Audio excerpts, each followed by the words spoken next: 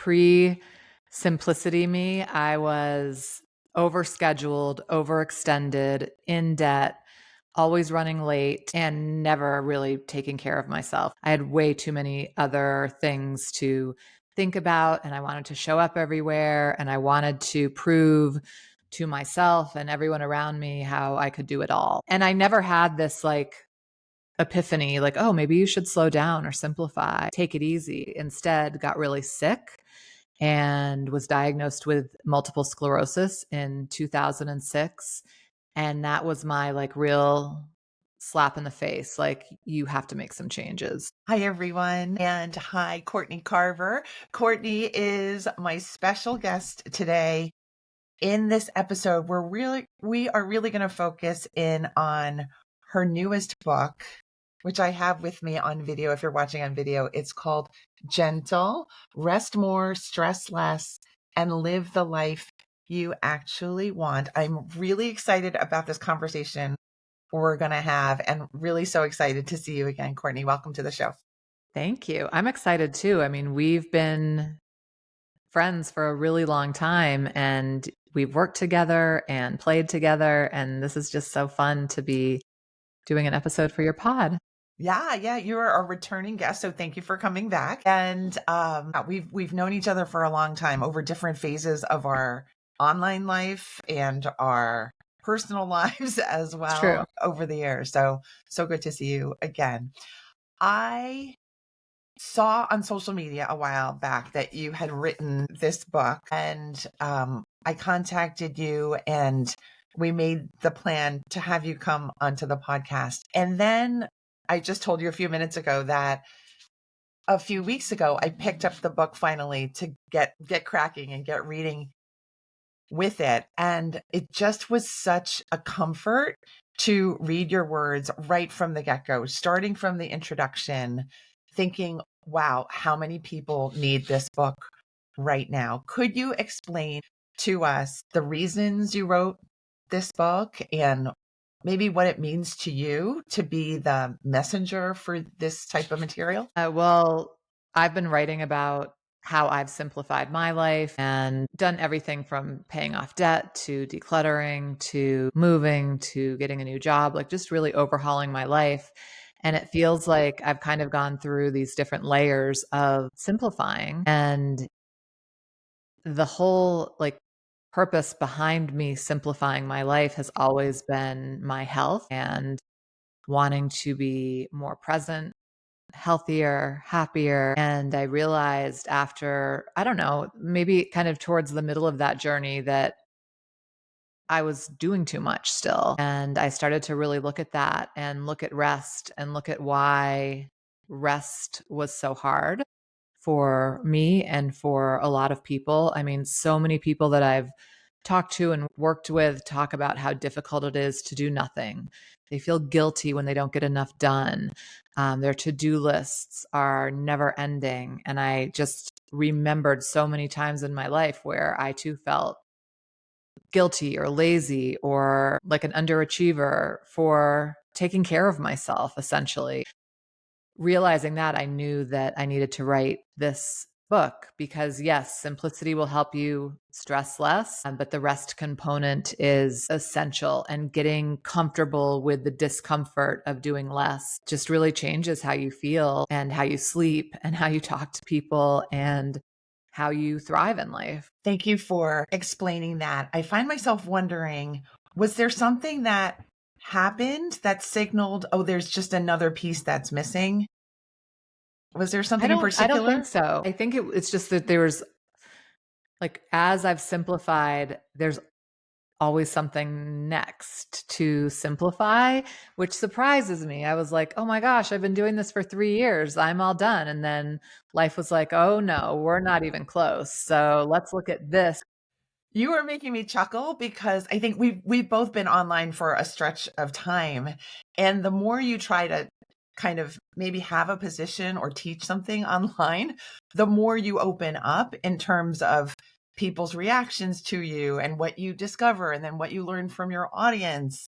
And then again, what you just said, what you're going through in your own life. So I too have gone through something similar, feeling like, well, there's more for me to explore so I can teach more, and also in that process heal part of myself in the process, which has been amazing. But it's also just, it does feel like, well, there's another layer and there's another thing I haven't thought of. True. Yeah. Let's talk more about rest, because coincidentally, I have been on this giant, not great streak with sleep.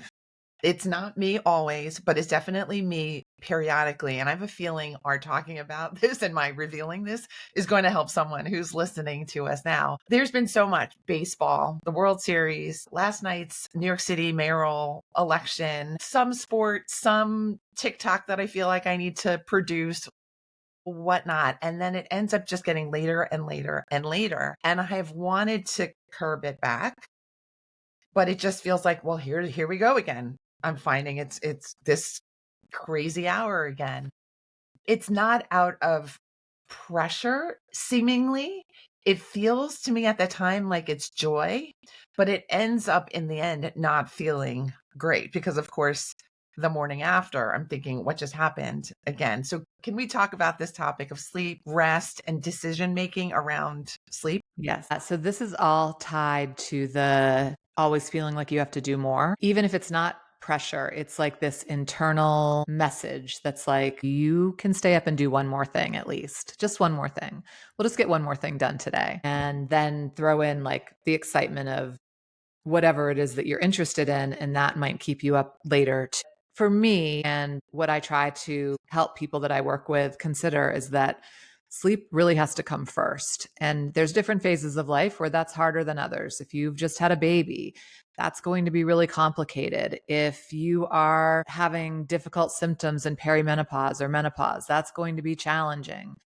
But if you prioritize it, there's a much better chance that it's going to happen. And so I recommend going to bed about an hour before you want to fall asleep. And whether you're going to read or wind down in another way, that's fine. But at least you're not like, you don't keep pushing the envelope in terms of what time you're going to bed, because you're probably waking up at the same time every day. So you can back that up 8 hours and then go to bed an hour before that. And it sounds scary if you're used to accomplishing a lot of things at night, but you pay for it at some point. You can't get as much done in the end, which this isn't what this is about, but the logic, the math doesn't math if you're skimping on sleep to get more stuff done, because eventually you're exhausted and can't do anything. Yeah, in the book, Courtney writes, it's just bad math. It's just bad math. It doesn't add up. So, all right, I do feel like I have that, like, just one more thing. And then that one thing, as you write in the book, also just takes more, it can take time, right? It just, you don't calculate right. I think I have bad time math. Oftentimes that may be how I became procrastination coach in the first place. How do you transition to become a person who says it's a 10 o'clock bedtime? That's the rule. Are there some steps?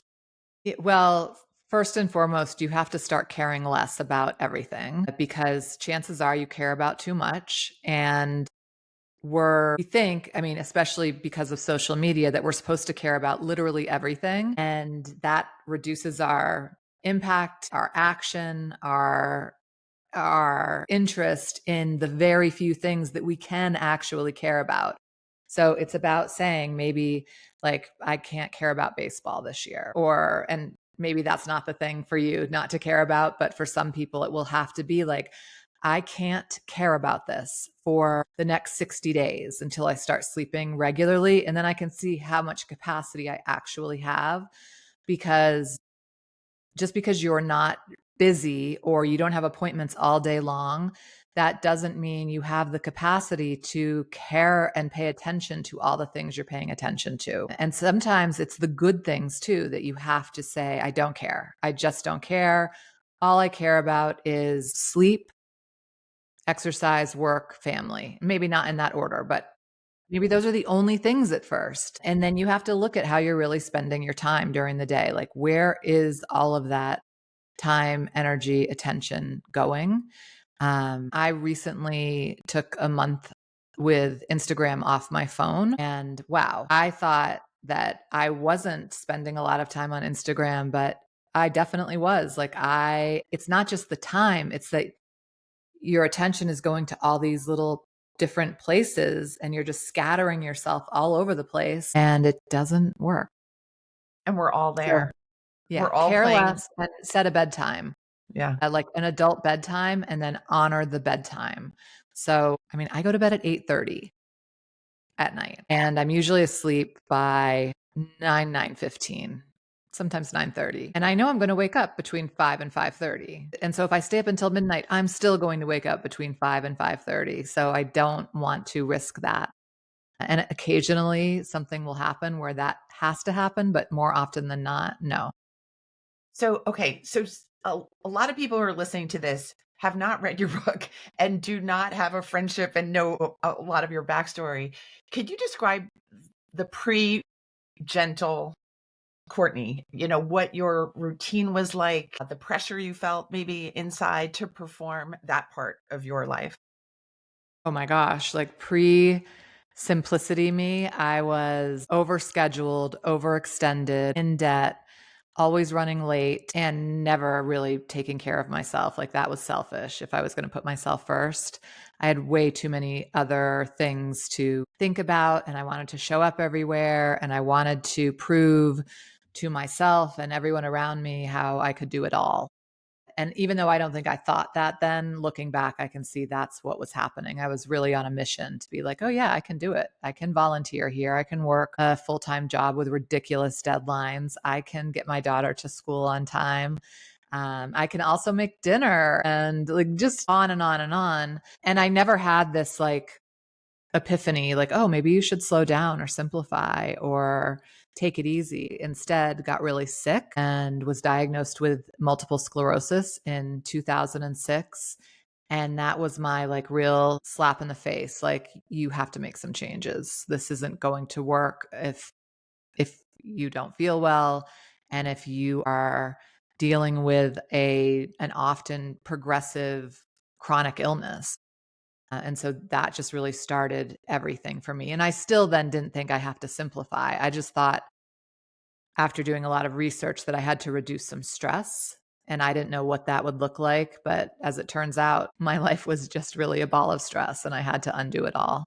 Yeah. And in the book, you write about how you have you have not had any relapses of multiple sclerosis as part of your healing and simplifying journey, which is, of course, I was so happy to read that. And it's just the power of taking these kinds of actions in your life, no matter what your health status is. It's the benefits of reducing your stress are life changing. They're literally going to put you in a different course of life. And so what has the difference been for you to know that you now have the framework, the intentionality to kind of drive that ship, or what, how do you drive a ship, to steer that ship, that you know that you have the reins of what's going on? Yeah, I am living my life and the way I want to live my life without pressure from any expectations or external goals or this idea of proving myself. And so there are some days that I get a lot of things done, and there are some days I get next to nothing done. And they're both great days. There's not I don't compare them. I think you have to have one really to have the other. And just to back up for a second with the no relapses, I just want to be clear that yes, simplicity and reducing stress and living the way I do has helped dramatically. I also work with a great neurological team and take conventional MS meds. So that is a factor in this as well. But to be relapse and I mean, I would say probably 97, 98% symptom free for almost 20 years is pretty great. It's amazing. It's amazing. So happy about that. And I see you as just like this pillar of intentionality. Like, you are my role model for just knowing what you like and what serves you and what you need to see happen. I also see you as someone who you like to take action when action is needed. You don't like to fuss around. And I think this is apart from the reading and just how I was connected to you. I was magnetized to your work online. I mean, I met you online back in the day when Yeah. far fewer of us were online and I just loved your intentionality. So I just wanted to put that in the middle of this conversation. Well, I appreciate that. Thank you. I mean, it took me a long time to be able to take that for myself because, coming from a place of wanting to make everybody happy and be a pleaser, that's like, I'm not that person anymore. Of course, I want everyone to be happy, but I'm not going to compromise myself to make sure that they are. And so it's more of a, having that, as you say, intention of, yeah, I trust everyone else to do what's best for them, and I'm going to do what's best for me. And sometimes that means saying no, uh, or not explaining myself, or not proving myself, and carrying on. And I hope that we all succeed within that framework. But I know it's upsetting to people to, especially to other people pleasers, not to be surrounded by other people pleasers. Yeah. I mean, I think this is part of the beauty of this book, Gentle, which is that you're able to weave in how we need to learn to treat ourselves and hold ourselves in this very precious way. Precious, not delicate, but like it's so important for us to be happy with our choices and our decisions and our situations. And if we're not, somehow things are going to go awry. We're going to feel badly. We're going to carry extra guilt. We're going to feel like we need to buy things all the time to kind of take, Feel better. yeah, to feel better. Yeah. And I just think you do it it's like such a readable book while it's also weaving in these very complicated self-care ideas, right? They're kind of complicated. Like it takes years of therapy to write this book. Okay, I have had years of therapy, so Me too. maybe, but I don't know. I think they're not definitely complicated ways of self-care. They're unconventional. So we think of self-care as take a bubble bath, throw on a face mask, but this is the next level of self-care in, paying attention to how you worry about things, saying no even when you're not busy, like really prioritizing your time and attention. It's so important. Okay, you make me think about your social media posts, Courtney Carver social media posts. When I see them, I know this is Courtney because I know like a straight opinion that's boldly stated that oftentimes is just not what you hear other people saying. Cause it's like what you're just saying. It's like you get to say no, even if you have an open schedule. And we're just not taught that. It's not obvious. And yet when you post on social media, I feel like, well, of course we can. It becomes obvious. But that is the beauty of your Be More with Less brand is that you know what helps you and it really comes through in your messaging because you're Thank being you. you, right? Yeah, you're being strong, you're being you. So thank you for that. Because I learn a lot. I know I remember that a long time ago you said always drink water before anything else. It's like things like that. That is self-care that it may not be high level, but it's so important. And Well, right? yeah, I think it's interesting that something like that, where we'll be doing something else, we won't be feeling good, and we'll keep pushing through the thing until we're finished before we give ourselves a drink of water.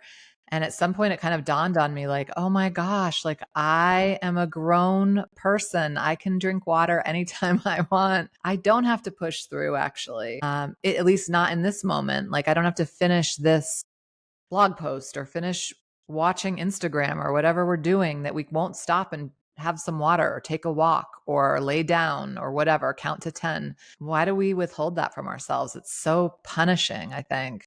So to turn it around, it's like instead of a punishment, now you're giving yourself this gift of like, hey, I matter right now in this very moment. Yeah. Yeah. Okay, I'm going to just refer to my notes for the next topic.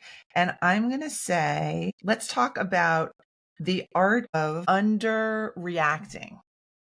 because that is a part of the book. And I think that's such a wonderful topic. Could you share with us a few thoughts on that? And one question that I took in my notes is, do I care? Yes. So we kind of talked about that earlier about the way that we care about everything. And I think asking that question is so important no matter what we're doing. And I even practice that now. So I will, let's say I open my email and there's a link to an article that I'm interested in, and I open the article and I start reading it. I have to stop myself and say, do I care about this right now? Or did I just do that thing where you just click, click, click? And if I don't care, then I'm immediately out. So always asking that question. I'll ask it when I'm reading a book, when I'm watching a show, when I'm talking to someone like, am I in this? Am I really in this? Do I care? Or am I just here on autopilot? And then I can shift. But when I talk about the power of underreacting, I think for a lot of us who, like for me, I used to overreact for sure. And even though it may not have come across that way, I wasn't throwing chairs or screaming at people, but I was really overreacting on the inside and catastrophizing and making whatever the situation was 10 times worse because of my reaction. It was like I was experiencing the hurt twice, once when it happened and once when I just like lost my mind about it. And it could be something as difficult as a hard conversation or as simple as my eggs are overcooked. Who knows what it's going to be, but practicing on the simple stuff helps you practice on the tough stuff. And if you don't overreact, if you can give yourself some space to pause and think about things, I think usually the best benefit is that the situation resolves itself without you putting yourself in the middle of it. You can just step back for a minute and watch and see what happens. And then you also have that time to decide how you want to react, if at all. It's such a gentler process for your nervous system and for you and for the people around you. Okay. You're reminding me of what you have in this book that I've been hearing about lately on social media and amidst my own client group, and that is the spoons. Oh, counting your spoon. Counting your spoons. Could you explain that to me? Because it's brand new to me. And the first time I heard it, I said, what did you really just say spoons? And what are we talking about? Yeah, we need to credit the original creator. And I put that in the book. I think her first name's Christine, actually. And I'm not It's remembering. Miserandino. Okay, that's right. Christine Miserandino. She created this theory called the spoon theory to talk to her friends about her energy levels with a chronic illness. And we're often measuring our time and our money. Like we all know how to do that, sort of. We know it's possible, but we don't think about measuring our energy capacity. And the way she laid it out, it was like, let's say that you have, and I don't know if this is exactly how she said it, but essentially that you have 7 spoons for the day and each spoon is a certain amount of energy. And so making breakfast might cost you 2 spoons and then working might be 3 spoons and then you only have 2 spoons left. So you have to decide how you're going to use those spoons. You have to be much more intentional about it because you do run out of energy faster.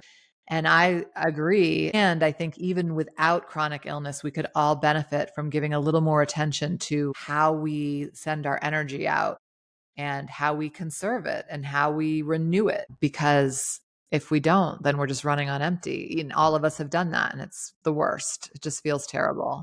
Well, I've been doing this for the past week or 2 weeks with my sleep deficit, right? It's temporary and I'm enjoying myself in the moment, but I'm also calculating. I know that I'm doing bad math. I know that my energy is going to, I'm going to pay for it somehow tomorrow or the next day, right? It's sometimes not the next day that you feel it, but somewhere you lose your train of thought.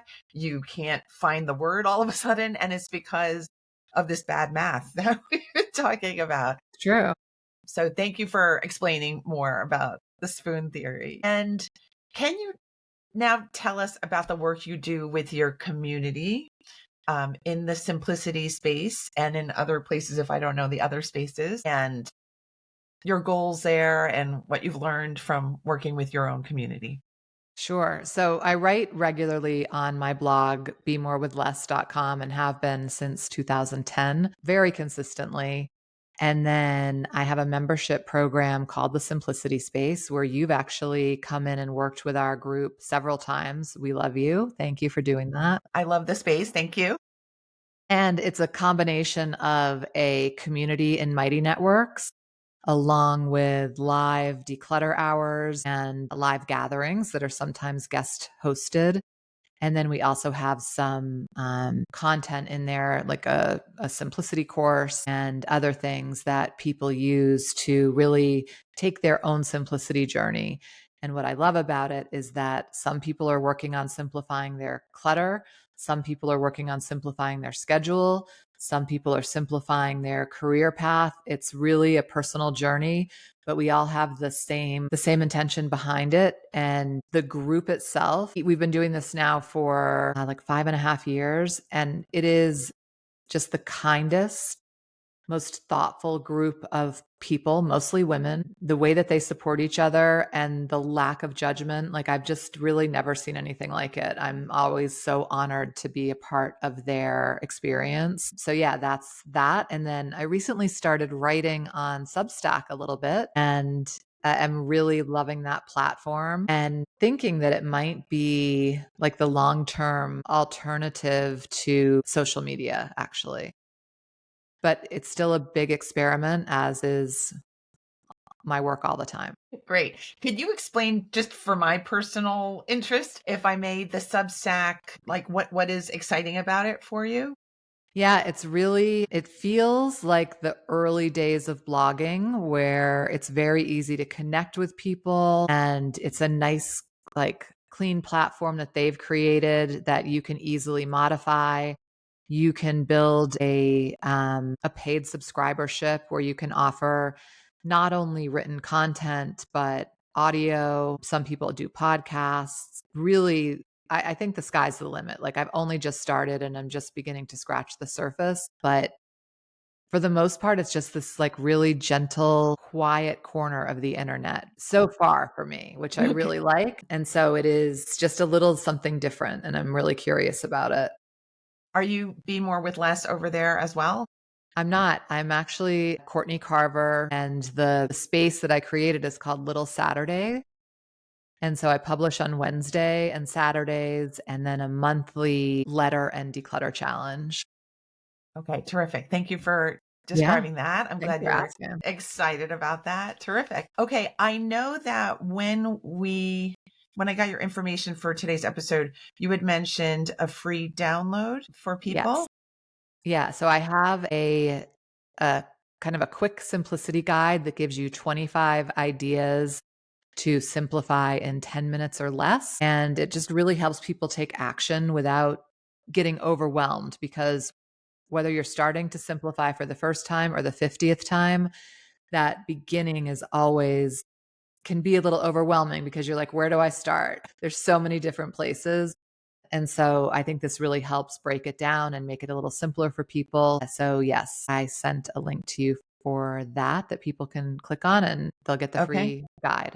Okay, I can create an easy way for people to get that link, and that is maketimeforsuccesspodcast.com/simplicity.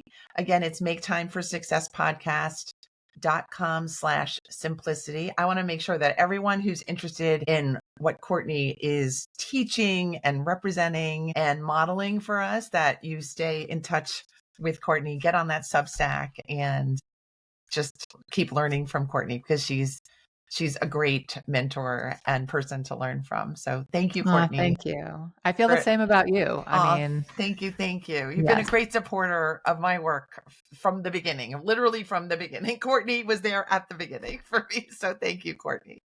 my And pleasure. everybody, remember, Gentle is the book that you need by your bed when you're feeling like you just can't let the day go or you can't let it wind down. This would be a great thing to kind of pick up and read a few pages, because it's wonderful. So You can read it congratulations. during that hour that you go to bed before you have to go to sleep. Absolutely. And you'll learn so much. So thank you, Courtney, for all the work that you do and all the heart that you put into the work that you do. Oh, thank you. Thanks for having me today. Do you have any last words for our audience? And just give yourself permission to rest. Really give yourself permission. Let the guilt go. It's just not productive at all. And rest. See what happens if you lay down for 5 minutes, like right now. Not if you're driving, but if That you're was a home, surprise to me. Yeah. yeah, and you can lay down. See what happens if you just lay down for 5 minutes in the middle of the day. Everything will be okay. Yeah. Yeah. A great message. Thank you. Thank you. All right, Courtney, I will see you soon. Thank you again. And I will be connected with my audience hopefully next week on Thursday when the next episode drops. Thanks you so much for your attention, for being here with me and Courtney. I'll see you soon. Bye.